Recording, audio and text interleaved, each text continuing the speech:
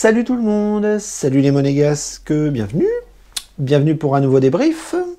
Alors on approche de la fin, il reste 4 matchs de Ligue 1 et Monaco est au sommet, j'ai envie de dire, depuis quelques temps. Monaco marche sur l'eau, Monaco n'arrête pas de gagner, Monaco enchaîne les victoires de façon extraordinaire, 6 sur 6. Donc on ne les compte plus et on est très optimiste pour la fin de saison pour essayer de choper l'Europe dans ce sprint final. Alors quelle Europe? Je ne sais pas. La Ligue des Champions ou la Ligue Europa, pour l'instant, on est bien pour la Ligue Europa, mais on essaye de tenir tête à des équipes comme Rennes ou Marseille. Donc on est bien, on est très bien, et pour la nouvelle journée, donc la 35e, on recevait Angers. Angers, le contexte était plutôt favorable parce que on avait toute cette dynamique positive.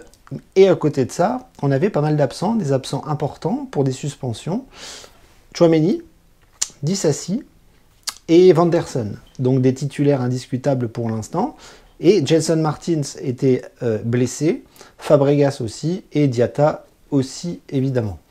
Donc voilà, 4 absences importantes, mais il fallait un petit peu faire tourner, il fallait trouver des solutions, et Philippe Clément avait sûrement eu la semaine pour travailler, et on attendait très peu de surprises, avec sûrement pardon, la titularisation de Matazo, et la titularisation de Diop, et de Maripane. Donc on a bien eu cette composition-là, il est reparti sur un même système, 4-4-2, avec Maripane Badiachil, Caio Henrique Aguilar, Nubel, Fofana, Matazo, sur les côtés Diop et Golovin, et Yederland devant, avec la classique. Donc voilà, un contexte favorable par rapport à Dynamique, un peu moins favorable par rapport aux absents, un peu moins favorable aussi par rapport à l'équipe en face et par rapport à l'horaire, c'est-à-dire dimanche après-midi, 15 h, du soleil, difficile de se mettre dedans, et on va voir que ça va pas louper. Ça n'a pas loupé parce qu'on a eu beaucoup de mal à se mettre dedans. J'ai trouvé que la première mi-temps était un peu laborieuse. On n'était pas mauvais, on n'était pas à la rue, on n'était pas inquiet. Les Angevins étaient très peu dangereux, mais ils étaient plutôt bien en place. Et nous, j'ai trouvé qu'on bafouillait un petit peu notre foot. On avait un petit peu de mal à se trouver, mais très vite, on a vu que les automatismes n'étaient pas les mêmes avec les absences quasiment dans chaque ligne, hein. Défense, milieu, attaque. Disasi, Tchouaméni, Vanderson.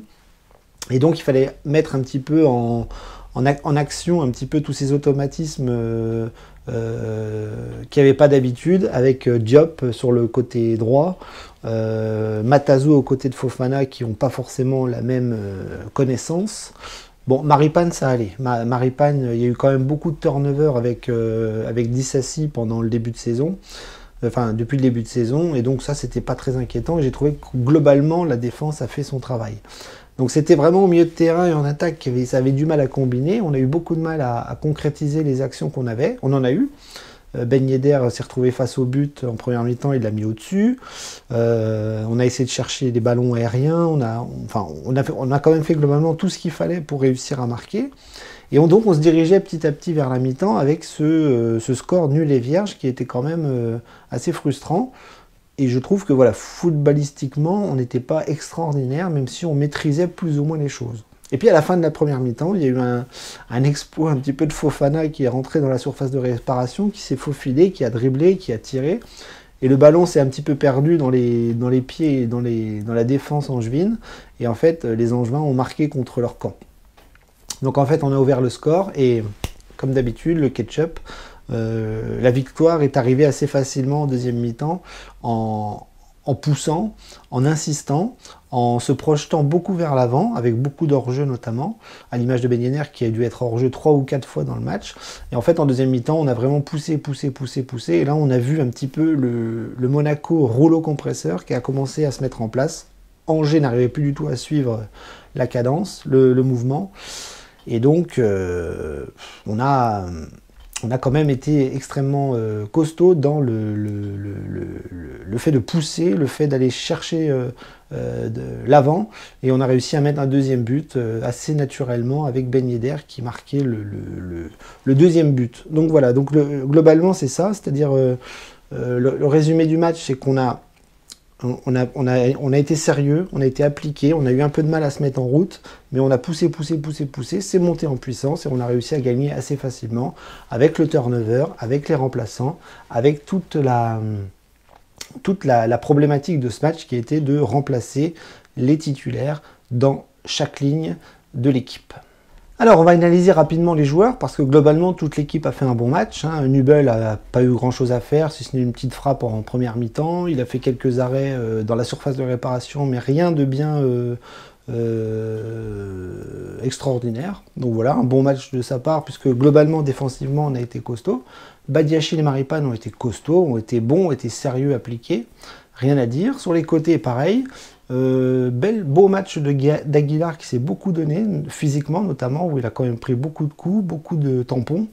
Il était cuit à la fin, il était même peut-être blessé, on verra bien, mais il était vraiment HS à la fin du match. Mais il a fait beaucoup d'activités, beaucoup de montées, beaucoup de combinaisons, beaucoup d'applications. Et franchement, très très bon match d'Aguilar dans ce match face à Angers. Côté gauche, pareil, Enrique, voilà, très précis, très technique, très appliqué. Première mi-temps, un petit peu difficile à trouver des décalages ou des centres qui arrivaient à destination. Mais voilà, deuxième mi-temps, il a assisté, il a poussé, il a été extrêmement intéressant sur son côté gauche. Donc vous voyez, l'aspect défensif a été quand même plutôt correct, voire bon. Milieu de terrain, pareil, on a eu quand même la grande difficulté de changer Tchouaméni par Matazo.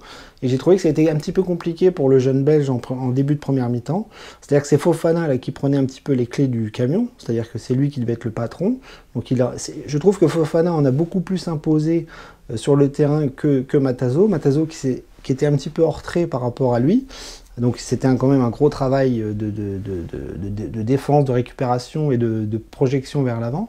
Mais là, pour le coup, je trouve que Fofana s'en est beaucoup plus sorti que Matazo aujourd'hui, qui était un petit peu en difficulté, peut-être par manque de temps de jeu, par manque d'automatisme et de précision. Donc voilà, c'est bien, quand c'est Tchouaméni qui est là, c'est Tchouaméni qui prend le flambeau, et quand Tchouaméni n'est pas là, c'est Fofana qui le prend, peu importe le turnover. Donc c'est très bien, et c'est ce qu'on attendait dans un match comme ça. Sur les côtés, ça a été compliqué pour Diop. Diop n'est pas un ailier droit. C'est pas dans un système comme ça, on a besoin d'un Gelson, d'un Vanderson ou d'un Diatta. Et là, Diop, on voit bien que je pense que c'est plus un milieu axial, plus un créateur. Et là, quand on lui demande de manger la ligne et de manger le couloir, c'est très compliqué. Donc il est sorti à la mi-temps à la place de Jacobs, qui a tourné avec Golovin. Et du coup, là, on a retrouvé un peu plus de cohérence dans la vitesse, dans cette faculté à prendre l'aile pour Jacobs, qui a fait une très bonne rentrée et qui a amené quand même pas mal d'actions dangereuses. Golovin aussi, voilà, il est mieux physiquement, il est mieux techniquement, il est mieux dans l'équipe. Ça va mieux, et donc je pense que sa fin de saison sera très très intéressante. Et donc du coup, voilà, à souligner aussi les travails sur les ailes aujourd'hui de Golovin et de Jacobs, qui ont quand même amené pas mal de percussions et de centres et de projections vers l'avant pour aller marquer des buts. Voilà, donc devant pareil, beaucoup d'actions, beaucoup d'hors-jeu, beaucoup de projections, beaucoup d'occasions de but. On en a raté beaucoup, on en a mis beaucoup, on a eu beaucoup d'hors-jeu, on a eu beaucoup de ratés. Mais c'est pas grave parce que Clément, je pense que c'est ce qu'il a demandé, c'est de la projection, de la projection, de la projection, de la projection. Et qu'importe le fait d'être hors jeu, il faut faire mal aux défenses, il faut aller vite, il faut vite se retrouver vers le but et devant le gardien. Et ça, je pense qu'on l'a bien fait parce qu'en insistant, on a réussi à mettre 2 buts. Donc c'est très très bien. Donc gros match de Ben Yedder qui remarque un but, gros match de Volland aussi qui était très en avance cet après-midi. Et puis Boidou, moins intéressant, une rentrée un peu plus ratée, il n'a pas marqué. Et il ne s'est pas créé d'occasion très très franche, mais c'est pas grave. Il fallait faire souffler Ben Yedder qui devait être un peu cuit. Et voilà, ça a tourné. On a vu Jean Lucas, on a vu Sidibé, tout le monde est un petit peu rentré. Et tout le monde a fait le travail pour l'équipe, pour aller gagner, pour aller chercher la victoire et pour continuer cette putain de série qui est sensationnelle avec 7 victoires d'affilée. Rien à dire. Bien, alors on va conclure avec le fait que l'objectif est encore une fois réussi cette semaine.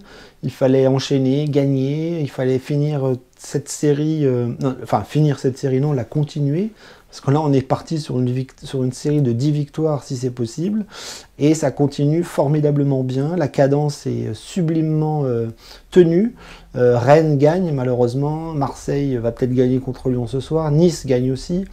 Plus personne ne lâche de points. Donc on ne sait pas où on va finir. On ne sait pas où les autres font finir non plus. Mais nous, si on arrive à gagner les 3 derniers matchs, on aura fait le travail. Et ça aurait été très très très très bien de rechoper l'Europe. Parce que là, globalement, si on gagne les 3 derniers matchs, l'Europe est assurée. Là, elle est peut-être presque assurée déjà. Alors, comme je vous l'ai dit au début, où Ligue des Champions ou Ligue Europa. Pour l'instant, c'est la Ligue Europa parce qu'on est 4e. Il faut passer devant Rennes. Mais il va y avoir des matchs à confrontation directe. Il va y avoir du Marseille-Rennes ou du Marseille-Strasbourg aussi, je crois. Donc il va y avoir des points de perdus pour tout ce petit paquet là, les 5 premiers, enfin les 5 premiers, les 4, le 2e, le 3e, le 4e, le 5e.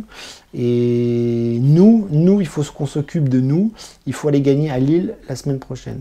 Alors Lille est complètement à la rue, elle a complètement décroché, donc globalement ça devrait bien se passer. Après il y aura Brest, ça devrait bien se passer aussi, et puis après il faudra finir à Bollaert, à Lens. Et on sait que l'année dernière à Lens on n'avait pas réussi à gagner alors qu'il fallait gagner. Et Lens est une grosse équipe, Lens fera un gros match. Je ne sais pas s'ils auront encore des enjeux européens, mais ça va être un match très difficile, en tout cas le dernier pour l'AS Monaco. Mais voilà, focalisons-nous sur la semaine prochaine contre Lille. Il faudra les gagner à Lille, il faudra récupérer nos absents, Tchouaméni, Vanderson et Disasi. Et globalement, si on est sérieux et qu'on est appliqué, je pense que ça devrait le faire. Donc maintenant, on va regarder Marseille ce soir, on va regarder, de toute façon, à chaque week-end, on regarde les autres, on est obligé. Un petit coup du destin nous ferait du bien, mais nous, on va essayer de se concentrer sur nous-mêmes. Il va falloir continuer de gagner, il faut 9 points. Voilà. On est bien parti pour les avoir, il ne faut pas lâcher. Et si ça se passe bien, eh bien, on fera les comptes. Mais si l'Europe est retrouvée l'année prochaine, c'est bien là le principal. Voilà, donc je vous laisse. Je vous dis à la semaine prochaine pour le débrief contre Lille. Et en attendant, profitez bien de cette nouvelle victoire parce que 7 sur 7, c'est du Mozart.